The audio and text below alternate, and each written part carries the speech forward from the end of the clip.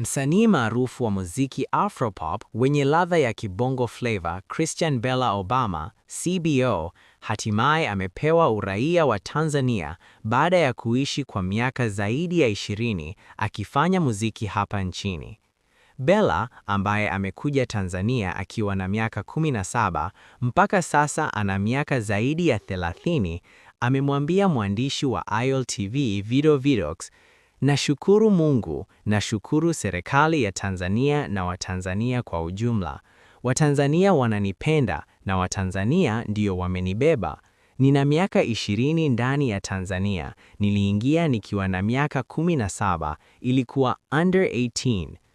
Kufanya kazi nchi ambayo haujazaliwa sio kazi ndogo, lakini nimekuja nikiwa mdogo, nimepokelewa vizuri. Kitu inaonyesha napendwa sana, sihitaji kuwa na nyimbo mpya ili kupewa kazi. Napata kazi sana kuliko wasanii waliopo kwenye trending.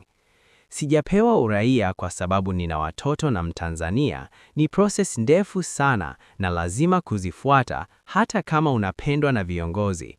Nilifuata utaratibu, sio kwamba Bella kapewa kirahisi, na utaratibu sio mrahisi, ni kazi ndefu sana. Inaanzia serikali za mitaa, unakuja wilayani, unaenda kwa mkuu mkoa, kuna vitu vingi, na ukiwa mgeni, lazima uonyeshe ulikuwa unaishi halali. Hawatoi uraia sababu Bella unaimba vizuri, hapana. Hata ukifanya miaka 40, lazima ufuate process. Nimekaguliwa vitu vingi sana, kuna polisi na vitu vingi sana, Bella. Hata hivyo, uraia wa Bella umetangazwa waziri wa mambo ya ndani, George Simbachawene, leo Alhamisi, Desemba 18, 2025, ikiwa ni siku ya wahamaji duniani, ambapo waziri Simbachawene amesema Tanzania kuna idadi kubwa ya wahamiaji na baadhi yao wamekuwa wakipewa uraia.